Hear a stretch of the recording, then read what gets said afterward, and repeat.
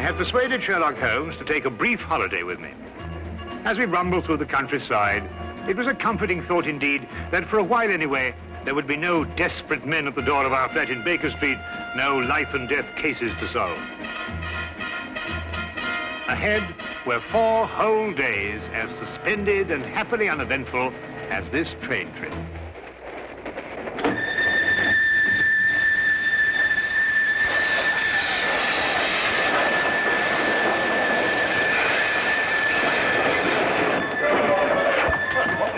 Hello, let's look. Hear anything? Not a thing. Well, I hope we haven't heard anything. We must be doing 30 miles an hour. Oh, we're doing more than that, I think, Watson. I thought you were asleep, Holmes. Well, not really. I was thinking about that Parkinson axe murder. You know, that unfortunate business in South Africa. And I was wondering... what?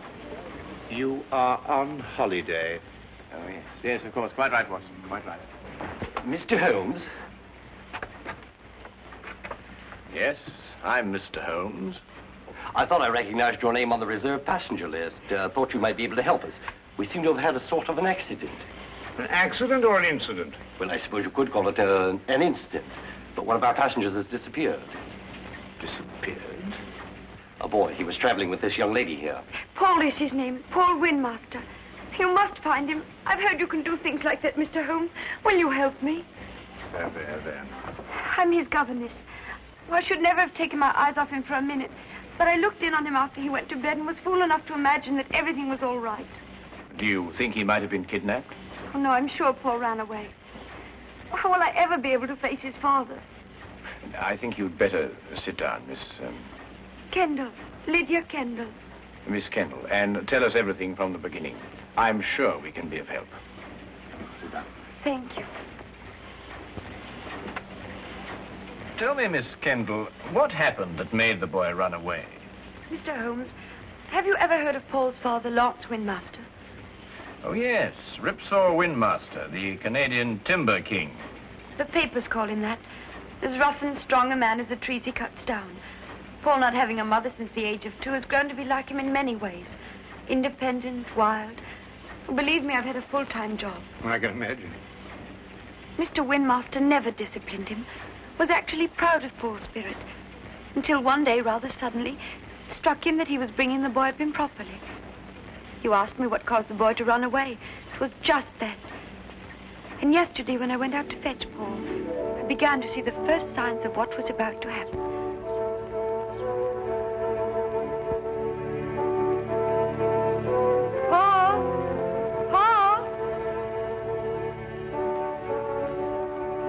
You'll have to come home now and get dressed. We're all packed and ready to go. Yes, Miss Kendle. Hurry now, we can't miss the train.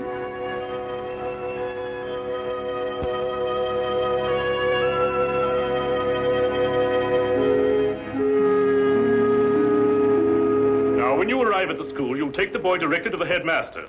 He's received a full letter of instructions from me, and... Oh, there you are, Paul. Your Uncle Cecil's just arrived to say goodbye to you. Here's wishing you success, Paul. Thank you, sir. You will be taught to be a gentleman. Something which, your mother forgive me, I failed to do. Yes, Father. What have you got there? White mice. White? Now, look here, Paul. You certainly don't intend to take them to school with you. Well, I can't leave them here. Nobody would look after them. Now, that's foolish. Nobody really cares about white mice here, except me. Well, you can give them back to whoever gave you them. You mean Coco? Who? Coco the clown. I'm afraid I introduced him to Coco. The day I took him to the circus. They'd become rather good friends. Well, I couldn't give them back.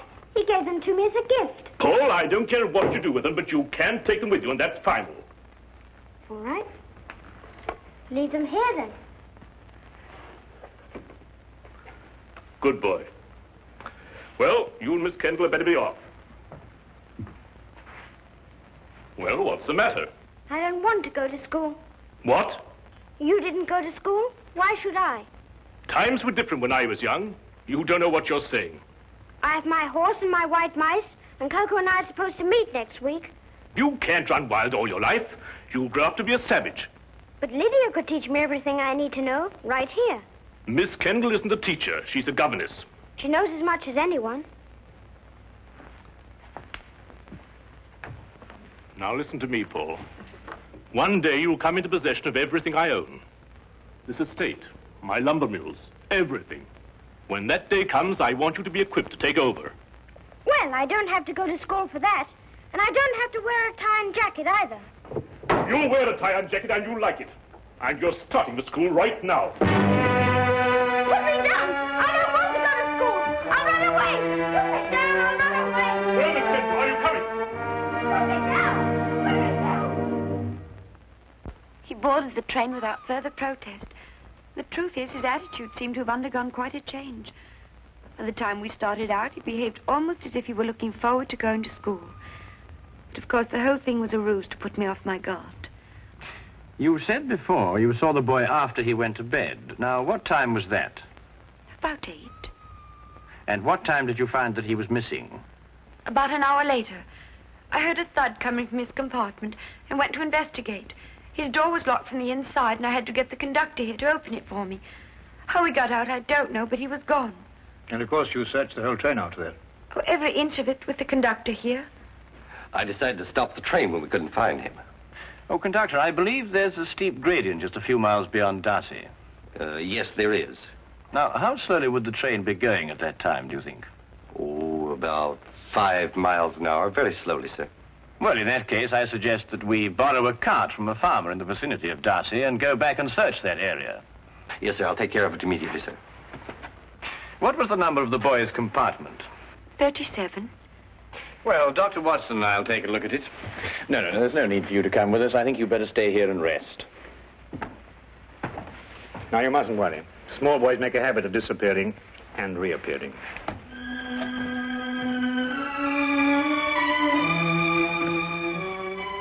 I hope so. I hope so.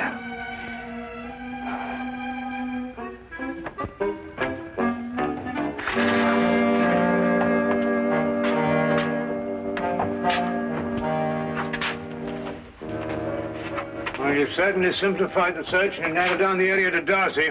Here, Watson, give me a hand with this window, will you? Yes, sir. All the same, this train window.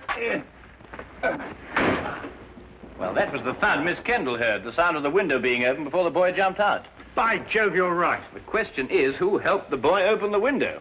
Well, it took 2 of us to do it. Exactly. Good heavens, Holmes, do you mean that he must have had an accomplice? Of course he must have. Yes, but who on earth would want to help a little boy to run away? Well, when we know that, Watson, we will have the answer to the problem of the boy who didn't want to go to school.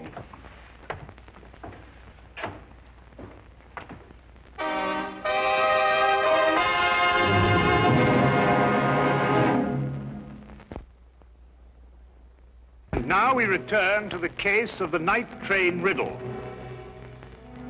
Taking Holmes' suggestion, we borrowed a cart and traced the rail line back to the upgrade near Darcy. We combed the area several times without uncovering a single clue. All of us were soon discouraged and ready to abandon the search. All of us, that is, except Holmes. We've been over this stretch 3 times already, Holmes. Yes, I know, but this is the only place where the boy could have jumped off. But we haven't got a shred of evidence, not a sight of anything, nothing at all. Look, What is it? A boy's cap. Miss Kendle, would you mind coming over here for a moment? Is that the boy's cap? Oh, yes, that's his. Then it has to be here. Look, over here. Here we are, Watson. The footprints of a small boy. Holmes, look, another set. Must be the boy's accomplice. Ah, good work, Watson. They end here.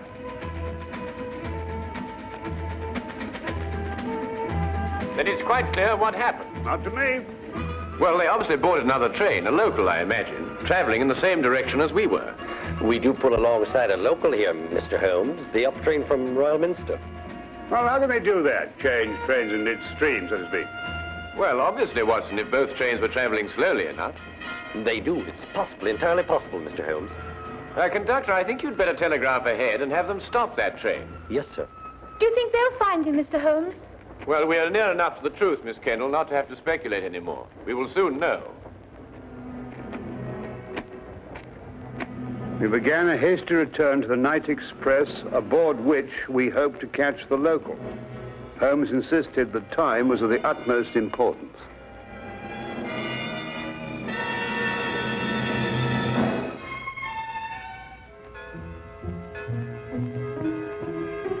Paul. Pardon? I'm sorry. I thought to another boy. Perhaps the next compartment. This is the last one, miss. But you held out so much hope, Mr. Holmes. How many stops did the train make before Darcy? 3, same as usual. Did you notice a boy get out at one of them? Not that I remember. There was a boy. I talked with him. He got off with his father at Manborough. Are you sure? Yes, there was that pair. Blimey, I clean forgot. What did the father look like? Medium-sized, grey hair, ordinary face. Wait, I noticed when I inspected his ticket there was something about his fingertips. They were red. Red? Yeah. I thought it was strange at the time. That's most observant of you, conductor. That proves it, Watson. Holmes, do you know who he is? Of course. Coco the clown. Coco the clown? He was the boy's friend. But more than that, there's the red fingertips. The significance of which completely escapes me. Rouge, Watson, the same kind of clown uses. He was evidently in a great hurry to catch the train. He didn't have time to remove it all. Oh, if you're only right, Mr. Holmes. And unless I miss my guess, we'll find them both in Manborough now.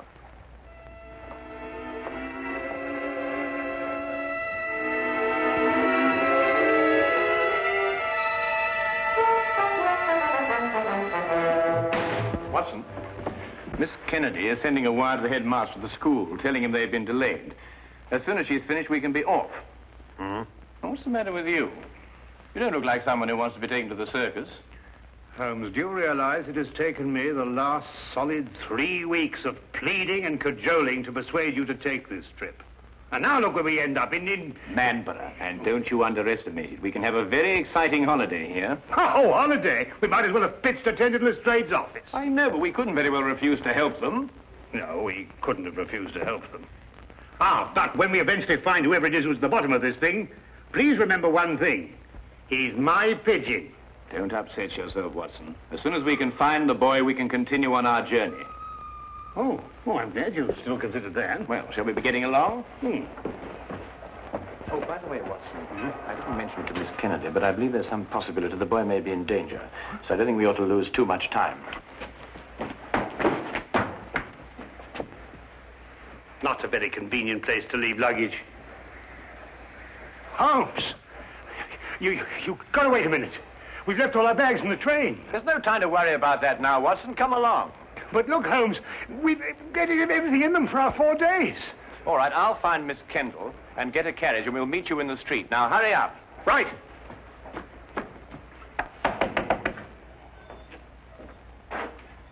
Could you tell me if the night express has gone yet? It had to switch back to the main line. I wondered if it was still in the yard somewhere. I'm awfully sorry, sir. You must have the wrong town. No, I know where I am. I'm in Manborough. Right you are, sir. But the night express doesn't stop in Manborough. Never has.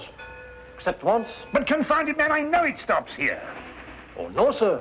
The only time the night express ever stopped in Manborough was in the summer of '88. A wheel fell off the locomotive. Right off Pontier it happened. It stopped all right that night. Now, look here, this is urgent. I happen to know the night express stops here because I got off the thing at this station. Now, will you kindly go and find out if it's still here? Well, I have to go down to the yard area in about 5 minutes. I'll ask the signal box. 5 minutes? Oh, never mind. Watson, come along. The carriage is waiting. But...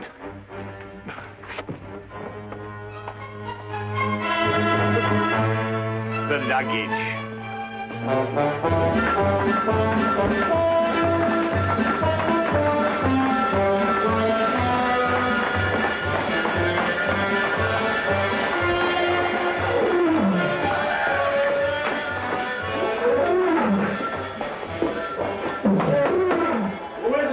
Cecil, open up.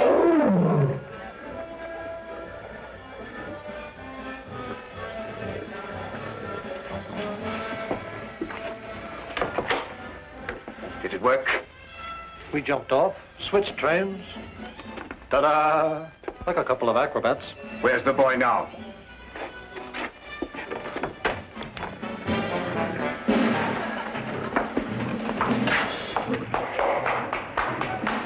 Exactly where I want him.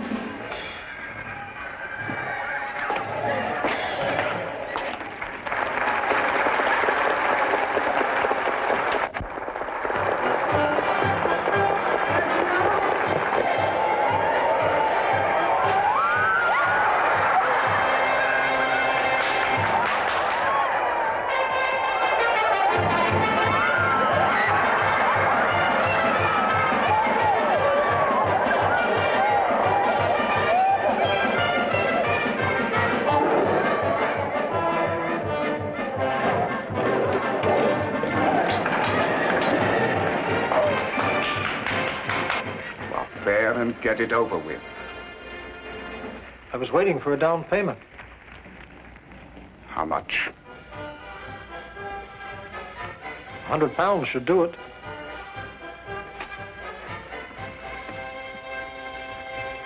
That's cheap enough to show you good faith.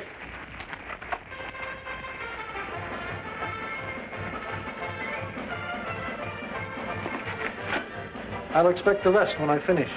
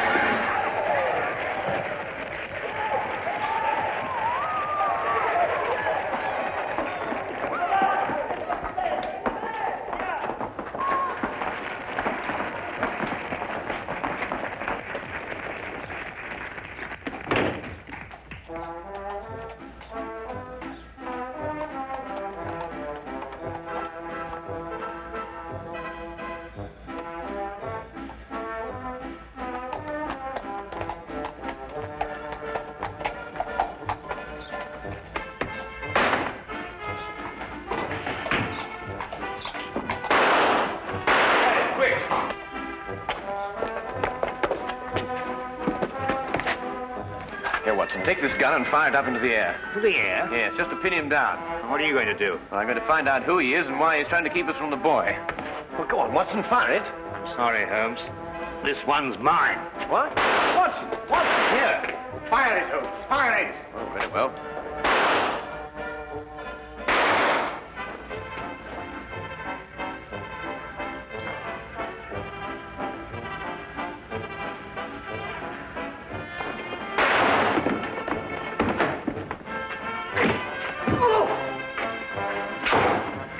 Miss Kendle. Watson, you're a fool to have taken such a risk. No, with you covering me, I couldn't miss. Get up.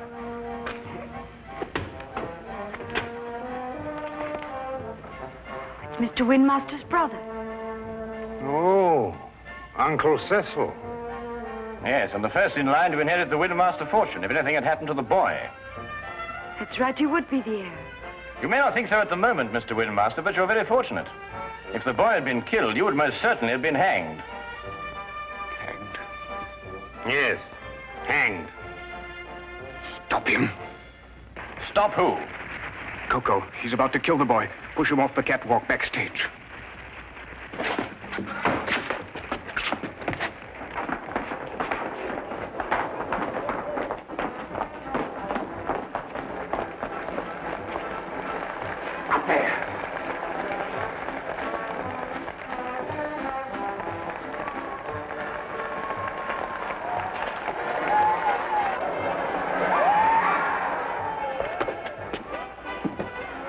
Coco?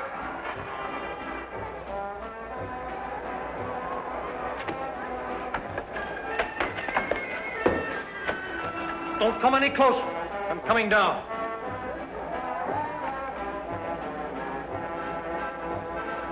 You'll never get out of here. One move to stop me and I'll kill this boy.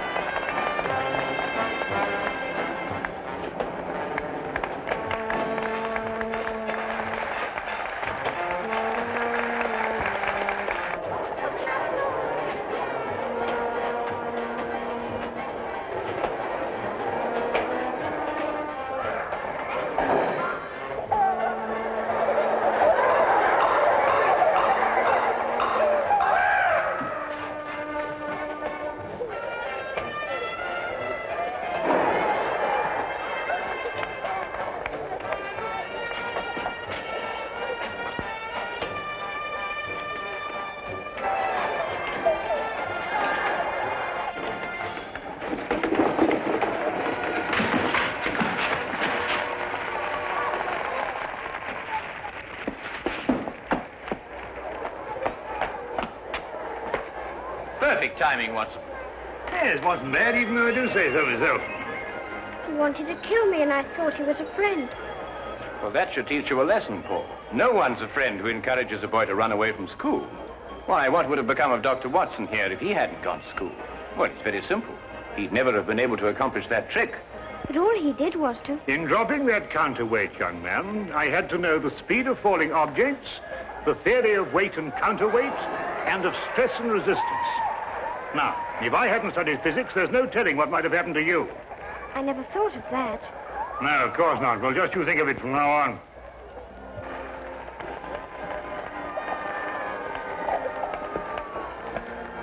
Watson, did you really have all that in mind when you pulled that rope?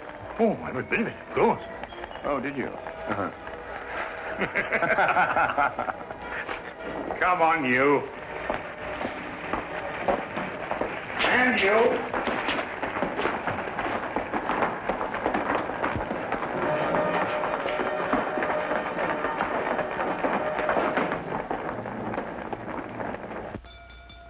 If you're looking for the time of the next London train, it will be along in 10 minutes.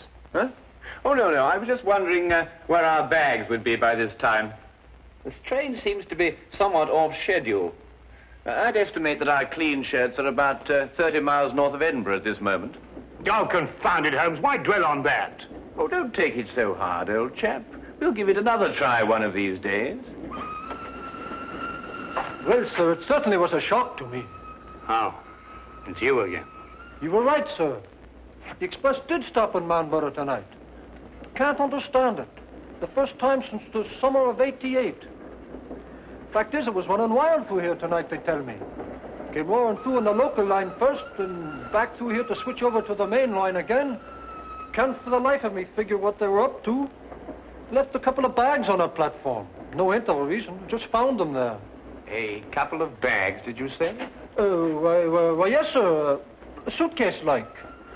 Don't know anything about them. One marked JW and the other SH. Suppose we'll have to keep them in the office for the 30 days required. My dear sir, if you'll just lead me to your office, I think I can relieve you of those suitcases within 30 seconds. My name is John Watson. Mine will be the one marked JW. Oh, you mean, I say, and this here gentleman is SH? Yes. This is my friend, Samuel Higgins. Ah, well, in that case, sir, if you'll come along to the office and identify the contents, I'd be glad to get them off my hands.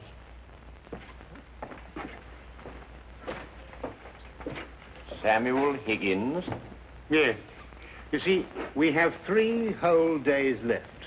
And I'm quite sure that nobody will want to interfere with the holiday of Samuel Higgins.